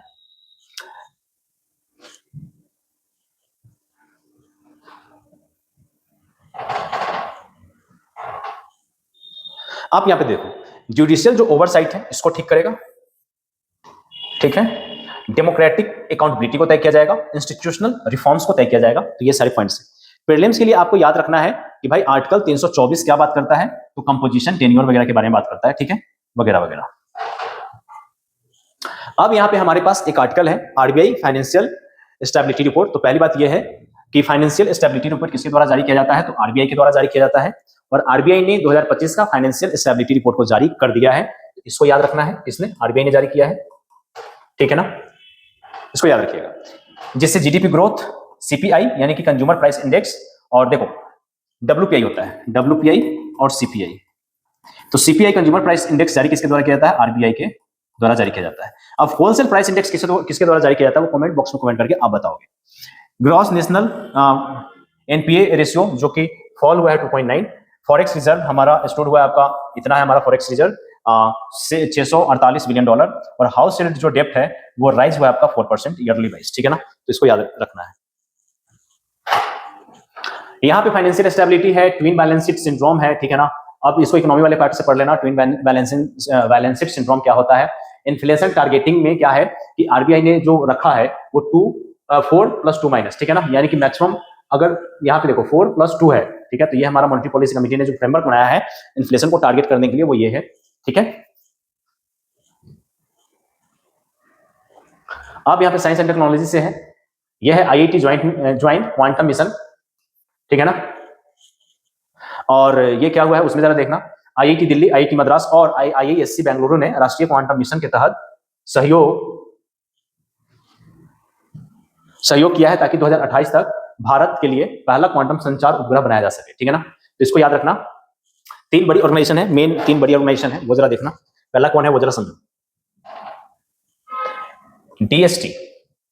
DST department of science and technology ने IIT Delhi, IIT Madras, IIT Delhi, IIT Madras और आईआईएससी बेंगलुरु के साथ मिलकर के नेशनल क्वांटम मिशन के तहत क्या किया है कि 2025 तक भारत का पहला क्वांटम संचार उपग्रह बनाया जाएगा, उसके ऊपर बातचीत हुआ है। बजट क्या है? तो बजट रखा गया 6000 करोड़ जो 2023 से 2031 तक रहेगा। लक्ष्य यह है कि 1000 क्यूबिट कंप्यूटिंग सुरक्षा नेटवर्क को बनाना है और क्रियान्वयन किया जाएगा डिपार्टमेंट ऑफ साइंस और माइटी के द्वारा, ठीक है ना। मूल अवधारणाएं क्या है? तो क्वांटम तकनीकी से क्या होगा? बिट्स के बजाय क्यूबिट्स में प्रयोग होगा। अब जरा बिट्स और क्यूबिट्स क्या है वो जरा समझो। देखो पहले अभी जो हम जो टेक्नोलॉजी यूज कर रहे हैं ना उसमें बिट्स है, लेकिन क्वांटम कंप्यूटर आ जाएगा ना तो उसमें हम क्यूबिट्स का इस्तेमाल करेंगे। इससे क्या होगा कि हमारी इंटरनेट की जो गति है, गणना है, वो काफी ज्यादा फास्ट हो जाएगा। इसका प्रयोग किया जाएगा रक्षा विभाग में, बैंकिंग में, अंतरिक्ष संचार में, एआई में, तो इसका इस्तेमाल किया जाएगा और साइबर जो थ्रेट होता है उससे भी बचा जाएगा, ठीक है ना। अब आ जाता है आपका एनवायरमेंट एंड ज्योग्राफी से। इसमें CAQM farm fire report Punjab और हरियाणा का है। तो इसमें जरा देखो क्या है। 4 नवंबर 2025 को वायु गुणवत्ता प्रबंधन आयोग ने अपनी एक रिपोर्ट जारी की, ठीक है ना। और उस रिपोर्ट में क्या कहा है कि हरियाणा में 78% और पंजाब में 65% तक पराली जलाने में कमी दर्ज की गई है, ठीक है ना, जो 2024 से कंपेयर किया गया है उसमें। अवधि इसका देख लेना, हरियाणा पंजाब में घटनाएं देख लेना, वगैरह वगैरह, ज्यादा कुछ है नहीं इसमें। इंटरनेशनल रिलेशनशिप में इंडिया और जापान का मैरीटाइम जो सिक्योरिटी डायलॉग है उसको किया गया है। कहां पे किया गया है? तो टोक्यो में किया गया है, इसको याद रखिएगा। और इससे क्या होगा कि इंडिया और पैसिफिक मैरीटाइम जो डोमेन है उसमें भी हमारी अच्छी खासी बढ़ोतरी होगी, ठीक है। अब यहाँ पे देखो मैरीटाइम कॉर्पोरेशन होगा, वही बोल बच्चन वाली बात होगा, मैरीटाइम कॉर्पोरेशन होगा, टेक्नोलॉजी डिप्लोमेसी आ जाएगा, स्ट्रेटेजिक बैलेंस हम बनाएंगे, ठीक है, वगैरह वगैरह। अब यहाँ पे देखोगे तो पॉलिटी से है, तो पॉलिटी में है आपका इंपोर्टेंट कल्चर अफेयर में है आपका सोर्स आपका PIB हो गया, द हिंदू हो गया, इंडियन एक्सप्रेस हो गया, वगैरह वगैरह। इसमें क्या है कि हम लोगों ने गुरु नानक जयंती और कार्तिक पूर्णिमा दोनों को एक साथ मनाया है और इस चीज को हम लोगों ने मनाया है, ठीक है ना, इसको याद रखना, दोनों को एक साथ मनाया है। फैक्ट क्या है? तो गुरु नानक जयंती 2025 में 5 नवंबर को, ठीक है ना, और 556वां बर्थ एनिवर्सरी किसका है? तो गुरु नानक देव जी का है, तो इसको आप लोग याद रखिएगा। कोर कंसेप्ट में आप देखोगे तो कॉन्स्टिट्यूशनल सेक्युलरिज्म को और रिलीजियस ऑब्जर्वेशंस को बढ़ावा देगा, सोशल कोहेन एंड आपका कल्चरल इंटीग्रेशंस को बढ़ावा देगा और पब्लिक एडमिनिस्ट्रेशन एंड हॉलीडेज के ऊपर भी हमारा अच्छा खासा चीजें चलेगा, ठीक है।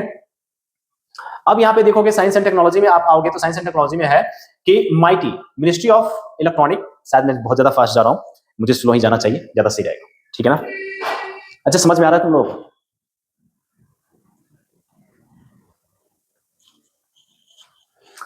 समझ में आ रहा है गाइस? साइंस एंड टेक्नोलॉजी में क्या हो जरा समझो। India AI governance guideline under the India AI mission, ठीक है ना? किसके द्वारा अनबिल्ड किया गया है? तो माइटी के द्वारा अनबिल्ड किया गया है। माइटी का फुल फॉर्म होता है ministry of electronics information technology, ठीक है ना? इसके तहत क्या होगा कि इनहेंस किया जाएगा safe, inclusive and responsible adoption of artificial intelligence in across all areas, ठीक है ना? फिर इसमें क्या क्या बात होगी? बोलो बच्चन वाली बातें होगी है भाई, एथिकल हम आर्टिफिशियल इंटेलिजेंस लाएंगे, गवर्नेंस लाएंगे, डिजिटल पब्लिक इंफ्रास्ट्रक्चर बनाएंगे, ठीक है ना? एआई फॉर गवर्नेंस लाएंगे, वगैरह वगैरह। इसके अलावा आप देखोगे तो इन्वायरमेंट से पॉइंट है, और इसमें क्या है कि be tsunami ready invest in the tsunami preparedness, ठीक है ना? यहां पे देखो 5 नवंबर 2025 को क्या हुआ है, 5 तारीख में आ गया है, विश्व सुनामी जागरूकता दिवस मनाया गया है। क्या मनाया गया है? विश्व सुनामी जागरूकता दिवस मनाया गया है। और इसका जो थीम था आपका बी सुनामी रेडी इन्वेस्टमेंट, ठीक है ना? इन्वेस्ट इन सुनामी प्रिपेयरनेस, ये इसका थीम था। और जिसमें हम क्या करेंगे, अर्ली वार्निंग देंगे। जैसे कि इंडिया का जो तटीय क्षेत्र है वहां पे, जैसे कि आप इंडिया का तटीय क्षेत्र जितना आप देख रहे हो तो वो वल्नरेबल होते हैं, तो वहां पे क्या करेगा, अर्ली वार्निंग दे देगा कि हाँ जी अब सुनामी आने वाला है। प्रतिवर्ष 5 नवंबर को मनाया जाता है और निर्धारित किया गया है यूरोपियन यूनियन के द्वारा, यूनाइटेड नेशन के द्वारा, सॉरी, तो ये याद रखना। मुख्य फोकस है तटीय समुदाय के द्वारा, अर्ली वार्निंग सिस्टम के द्वारा, वगैरह वगैरह। भारत में इससे इनकॉन्स द्वारा संचालित किया जाता है, तो इसको आप याद रखिएगा, ठीक है ना? बस। इसके अलावा आप देखोगे तो यहाँ पे आपका सोशल एंड सोसाइटी से आ गया है। सोशल एंड सोसाइटी में क्या है कि गुरु नानक जयंती के अवसर पे, यानी कि जो लंगर परंपरा चल रही थी, जो मैंने बोला था कि लंगर परंपरा की वजह से क्या हुआ है कि बहुत अच्छा रिस्पांस मिला है इसमें। तो इसमें सोशल इक्वालिटी एंड सर्विसेज को बढ़ावा दिया जा रहा है, कम्युनिटी मोबिलाइजेशन हो रहे हैं, कल्चरल सोशल लिंकेज आ रहे हैं, वगैरह वगैरह, ठीक है ना? लंगर का जो सिंबल है इक्वालिटी के लिए वो है पंगत, तो इसको याद रखना। और कोई इंपोर्टेंट पॉइंट्स तो मुझे नहीं दिख रहा है। और हाँ, कम्युनिटी किचन जिसको कहा जाता है, तो इसको याद रखना, ठीक है ना? बस इतना ही है। 6 नवंबर में आ चुके हैं। 6 नवंबर में आप देखोगे तो आपका आ गया है ministry of parliamentary affairs. Ministry of parliamentary affairs क्या है? विंटर सेशन मना रहा है, ठीक है ना? विंटर सेशन हमारा शुरू कब से हो रहा है? तो 2 दिसंबर से लेकर के 20 दिसंबर तक हमारा चलेगा, जिसके ऊपर हम लोगों ने बातचीत किया है। जो मेन बिल रखा जाएगा वो जरा समझो। पहली बात यह कि 15 सीटिंग की जाएंगी इसमें। दूसरा यह है कि डिजिटल इंडिया अमेंडमेंट बिल 2025 को रखा जाएगा, नेशनल एजुकेशन कमीशन बिल को रखा जाएगा, और डिस्कशन किया जाएगा प्राइस राइज एंड अनएम्प्लॉयमेंट के ऊपर। ये अनएम्प्लॉयमेंट बहुत जरूरी है, इसके ऊपर डिस्कस होना बहुत जरूरी है। जैसे कि कहा जा रहा है कि भाई ग्रोथ हो रहा है, लेकिन हमारे अदर सेक्टर में नहीं हो रहा है, तो इसके ऊपर बातचीत करना पड़ेगा, जो कि जरूरी है। यहाँ पे कॉन्स्टिट्यूशनल आर्टिकल है 85, कॉन्स्टिट्यूशन जो इंपावर या समन देता है आपका पार्लियामेंट के लिए। Minimum 2 sessions constitutionally required in a year, ठीक है ना? Through the 3 are the conventionally, ठीक है ना? साल में 2 सेशन होने चाहिए, लेकिन कन्वेंशन के अकॉर्डिंग 3 होने चाहिए। गैप होना चाहिए 2 सेशन के बीच में, कैन नॉट बी 6 मंथ, 6 महीने से ज्यादा का गैप नहीं होना चाहिए 2 सेशन के बीच में। कोर कंसेप्ट है लेजिस्लेटिव प्रोसेस है, डेमोक्रेटिक अकाउंटेबिलिटी है, डिजिटल आपका लेजिस्लेशन ट्रेंड चलता आ रहा है, ठीक है? अब इकोनॉमिक में देखोगे तो इकोनॉमिक में आपको दिखेगा India service PMI hits 6 month high. इसमें क्या हुआ है वो जरा समझो। बार बार रिफ्रेशिंग पे क्यों चला जा रहा है? S&P global India service PMI ने रिलीज किया है 6 नवंबर 2025 को India service purchasing manager index को। तो किसके द्वारा किया गया? तो इनके द्वारा किया गया, इसको याद रखिएगा, ठीक है? पीएमआई एबव है 50, ठीक है ना? इंडिया सेवरल कंपोजिट है पीएमआई के लिए, वगैरह वगैरह। हिंदी माध्यम वाले ये देख लो, 6 नवंबर 2025 को S&P global India service PMI report के अनुसार अक्टूबर 2025 में भारत का सेवा क्षेत्र 50.589 तक पहुंच गया है। और पिछले साल कितना था? तो इतना था। देखो 2024 में था पीएमआई 57.2%, और इस बार है आपका 58.9% की वृद्धि दर्ज की गई है।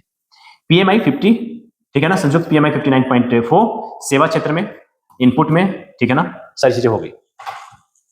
अब हम यहाँ पे देखेंगे साइंस एंड टेक्नोलॉजी में। साइंस एंड टेक्नोलॉजी में India first 6G research test board launch किया है। और एक बात मैं बता दूं, this is the very important for your prelims as well as mains. बहुत बहुत बहुत इंपॉर्टेंट है आपके प्रीलिम्स और मेंस के लिए। Sorry guys.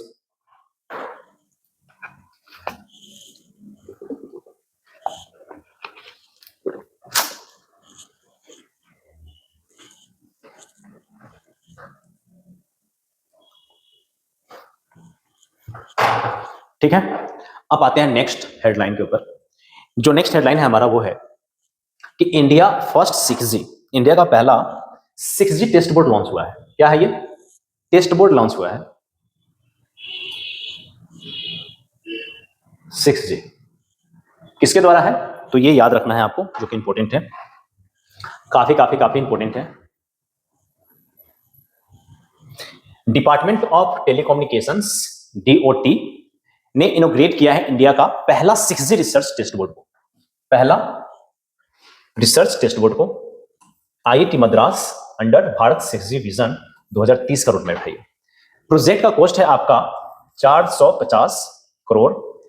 एम है इसका इनेबल करना है testing for terahertz communications, AI based radio access, ultra low latency network वगैरह वगैरह। Supported by D., IIT Madras, IISc Bengaluru और नोकिया इंडिया, जो कि इंपॉर्टेंट है, ये आप पॉइंट भूल सकते हो, इसको याद रखना, नोकिया इंडिया, ये इंपॉर्टेंट है। और अलाइन किया गया है 6G स्टैंडर्ड के साथ, इसको याद रखना है, ठीक है ना। 6G टेक्नोलॉजी आने से क्या होगा कि एक्सपेक्टेड हमारा जो स्पीड होगा 1 टेराबाइट्स हो जाएगा, तो इसको याद रखना। डिजिटल सॉवरेनिटी आएगा, मेक इन इंडिया के तहत इसको किया जा रहा है, इसको आपको याद रखना है। हिंदी माध्यम वाली इंपॉर्टेंट है, इसलिए मैं आपको दिखाऊंगा। ये आप देखोगे तो पहला इंडिया का 6G परीक्षण केंद्र आपका एस्टेब्लिश हुआ है मद्रास में, उसको आपको याद रखना है, ठीक है। आप यहां पे देखो एनवायरमेंट से है, इंडिया ने साइन किया है ब्लू कार्बन पार्टनरशिप, किसके साथ? मैंने अभी बताया था आपको, ब्लू कार्बन पार्टनरशिप हम लोगों ने साइन किया है, ठीक है ना। एक कोप हुआ था, कॉन्फ्रेंस ऑफ पार्टी 26, वहां पे इंडिया ने ब्लू कार्बन, ठीक है ना, पार्टनरशिप को साइन किया। और उसमें क्या हुआ, उसके ऊपर बातचीत करना शुरू करते हैं, ठीक है। ब्लू कार्बन पार्टनरशिप फोकस क्या होगा? मैंग्रोव्स, सी ग्रासेस, साल्ट मार्स। पार्टनर है इंडिया, इंडोनेशिया, ऑस्ट्रेलिया और UAE। इंडिया में जो मैंग्रोव्स का एरिया है 5750 स्क्वायर किलोमीटर, जो इंक्रीज हुआ है 2.4 2019 से। इंप्लीमेंटिंग एजेंसी है आपका ministry of environment, forest and climate change, national centre for sustainable coastal management, ठीक है ना, जिसको हम कहते हैं NCSCM। कोर क्या है? तो ब्लू कार्बन है, क्लाइमेट फाइनेंस, उसके बाद सस्टेनेबल डेवलपमेंट गोल, जो लिंक होता है आपका 13 से, वो वाली पॉइंट यहाँ पे दी गई है। अब यहाँ पे आप देखोगे तो अब आता है इंटरनेशनल रिलेशनशिप में India France defence innovation bridge, जो कि मैंने आपको बोला है कि इंडिया और फ्रांस ने मिलकर के, ठीक है, इंडिया और फ्रांस ने मिलकर के इंडो फ्रेंच डिफेंस इनोवेशन को शुरू किया है। और ये शुरू करने के पीछे का कारण क्या है कि इंडिया 2047 तक 100 साल मनाएगा अपनी आजादी का, और 2047 में इंडिया और फ्रांस के बीच में 50 साल का पार्टनरशिप हो जाएगा। तो इसी चीज को ध्यान में रखते हुए joint partnership, joint research development, जो एरोस्पेस और नेवल टेक्नोलॉजी में किया जा रहा है, ठीक है ना। लॉन्च किया जा रहा है स्ट्रेटेजिक पार्टनरशिप विजन 2047। फोकस होगा AI इनेबल्ड सर्वेलेंस, और फैसिलिटी प्रोवाइड करवाया जाएगा आपका आईडेक्स के द्वारा। और फ्रांस में यह है इंडिया का आईडेक्स, और फ्रांस में है DGA के द्वारा, ठीक है ना। तो इसको याद रखना, दो डिपार्टमेंट है आपका। कोर कंसेप्ट है कि डिफेंस डिप्लोमेसी को हम बढ़ाएंगे, make in India expert promote करेंगे, उसके बाद ग्लोबल साउथ कॉर्पोरेशंस को बढ़ाएंगे, ठीक है ना। उसके बाद आप देखोगे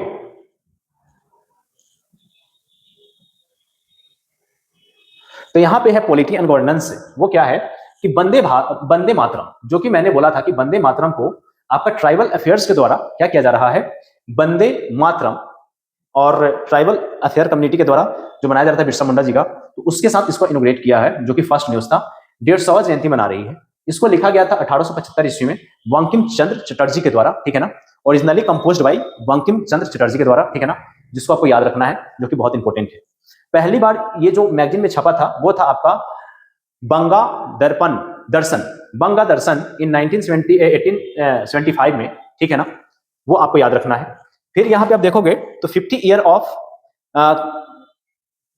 हाँ इंडिया आपका फ्रीडम फाइटर का, ठीक है ना, वो भी चीजें हैं। और कोर कंसेप्ट में क्या है, कल्चरल हेरिटेज नेशन बिल्डिंग होगा, सॉफ्ट पावर सिंबल बढ़ेगा, हेरिटेज हमारे इंक्लूड हो जाएंगे, वगैरह वगैरह।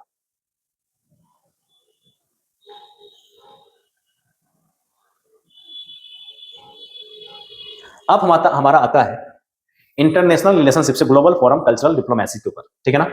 अपडेट है क्या वो जरा समझो। Japan as a country of focus, Japan as a country of focus, यहां पे क्या हुआ कि 2025 में 57 edition of international film festival of India announce हुआ, जिसमें जापान को कंट्री ऑफ फोकस कहा गया, ठीक है ना। कंट्री ऑफ फोकस क्यों कहा गया वो जरा समझो। जापान में आप देखते हो कि जापान के जो भी वेब सीरीज हैं, कोरियन वेब सीरीज हैं, तो इंडिया में बहुत ज्यादा देखे जा रहे हैं, ठीक है ना। तो यहां पे देखोगे कंट्री ऑफ फोकस किया गया है इसको। Japan will be the partner country of IFFI 2025 festival with the showcase film 81 countries with 240 plus film. Core concept में आप देखोगे तो कल्चरल डिप्लोमेसी को ये बढ़ावा देगा, सॉफ्ट पावर को जनरेट करेगा, इकोनॉमिक लिंक बढ़ेंगे हमारे, वगैरह वगैरह, ठीक है ना।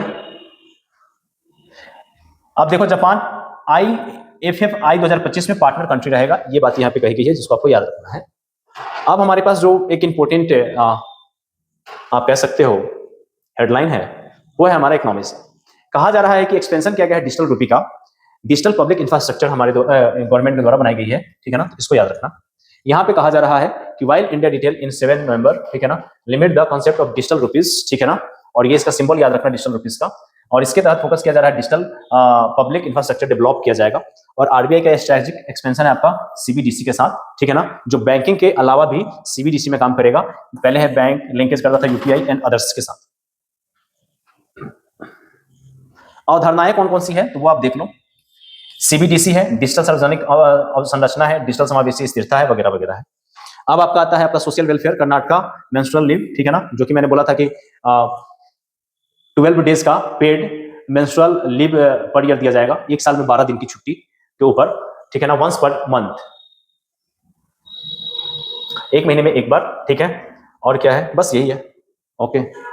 अब क्या है यहाँ पे, इंडियन जुडिशियल डाटा ग्रिड को इंटीग्रेट किया गया सुप्रीम कोर्ट के साथ, ये वाली पॉइंट है जो भी मैंने आप लोगों के साथ उसमें डिस्कस भी किया था। हिंदी में देख लो कि कानून और न्याय मंत्रालय ने घोषणा की है कि राष्ट्रीय न्यायिक यानी कि नेशनल जुडिशियल डेटा जो ग्रिड है इसको सुप्रीम कोर्ट के, ठीक है ना, इलेक्ट्रॉनिक कोर्ट प्रणाली से जोड़ दिया गया है। इससे क्या होगा, जिला अदालत से लेकर के सर्वोच्च न्यायालय तक की सभी मामलों की स्थिरता और गंभीरता के बारे में पता रहेगा, ठीक है। ये पहल ई कोर्ट मिशन मोड परियोजना के तहत जो चरण 3 है इसके अंतर्गत किया गया है। और अब तक 19,200 प्लस निचली अदालत और 25 उच्च न्यायालय से इसको जोड़ दिया गया है, इसको याद रखिएगा। फिर यहाँ पे है प्रधानमंत्री जी ने लॉन्च किया है विकसित भारत इंफ्रास्ट्रक्चर पोर्टल, और इसके लिए इन्होंने कितना फंड खर्च किया है तो ऑल प्रोजेक्ट जो 500 करोड़ रुपए का है उसमें ये इन्होंने लॉन्च किया है। डेवलप किया गया है नीति आयोग के द्वारा, और ये नीति आयोग और पीएम शक्ति यूनिट के द्वारा इसको काम किया जाएगा, ठीक है ना।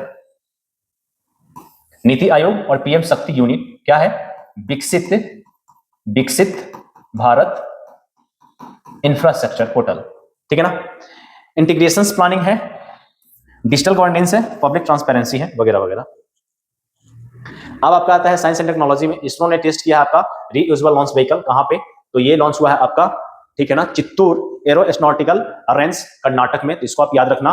ग्लिड टेस्ट भी इसको कहते हैं, तो इसको भी याद रखना क्योंकि पूछ देगा कि भाई ग्लिड टेस्ट क्या है, तो ये रीयूजेबल आपका होता है इसलिए। व्हीकल का नाम है आपका RLV लिफ्ट OF, ठीक है ना, यानी कि LEX 0.3 इसका नाम है। टेस्ट कहां पे हुआ है तो ये याद रखना कि कर्नाटका रेंज में हुआ है, कर्नाटक में हुआ है, और ये 4.5 किलोमीटर अल्टीट्यूड के आसपास हुआ है, ठीक है ना, बस यही है।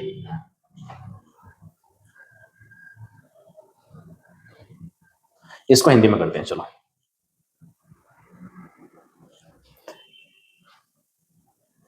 देखो 100 स्मार्ट सिटी है, इसमें कोई डाउट नहीं है। तो एक पायलट प्रोजेक्ट है, इसके द्वारा ministry of environment forest and climate change के द्वारा बायोडाइवर्सिटी इंडेक्स जारी किया गया है, किसके द्वारा, इनके द्वारा,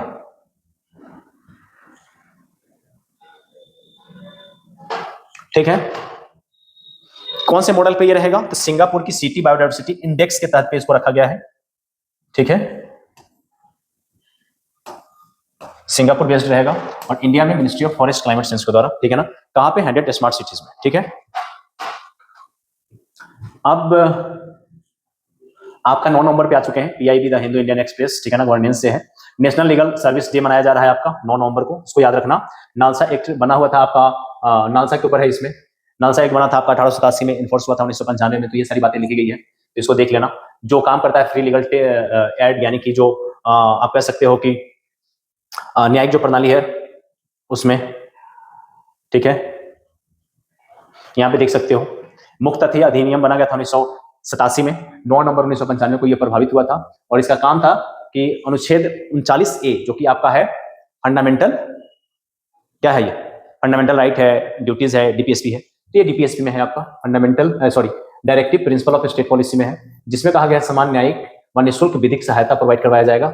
NALSA, salsa, DALSA, NALSA means होता है नेशनल, सालसा मीन्स होता है स्टेट, डिस्ट्रिक्ट, ठीक है ना, डालसा। और संवैधानिक अनुच्छेद इससे आप जोड़ोगे तो आर्टिकल 14, आर्टिकल 21, आर्टिकल 39 ये हो जाएगा वगैरह वगैरह, ठीक है।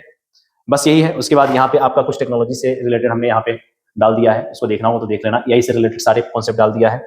इसके अलावा आप देखोगे तो यहाँ पे 6G कम्युनिकेशन टेक्नोलॉजी है, उसके ऊपर हमने पूरा पॉइंट्स डाल दिया है। इसके अलावा आप देखोगे तो यहाँ पे उसकी समरी है, फिर वे फॉरवर्ड और इंडिया स्ट्रेटेजिक विजन क्या है वो डाल दिया है, और फाइनली यहाँ पे ये चीजें हमने कंक्लूड कर दिया है, ठीक है ना। तो ये था पूरे एक सप्ताह का आपका करंट अफेयर। आई होप कि आपने एंजॉय किया होगा।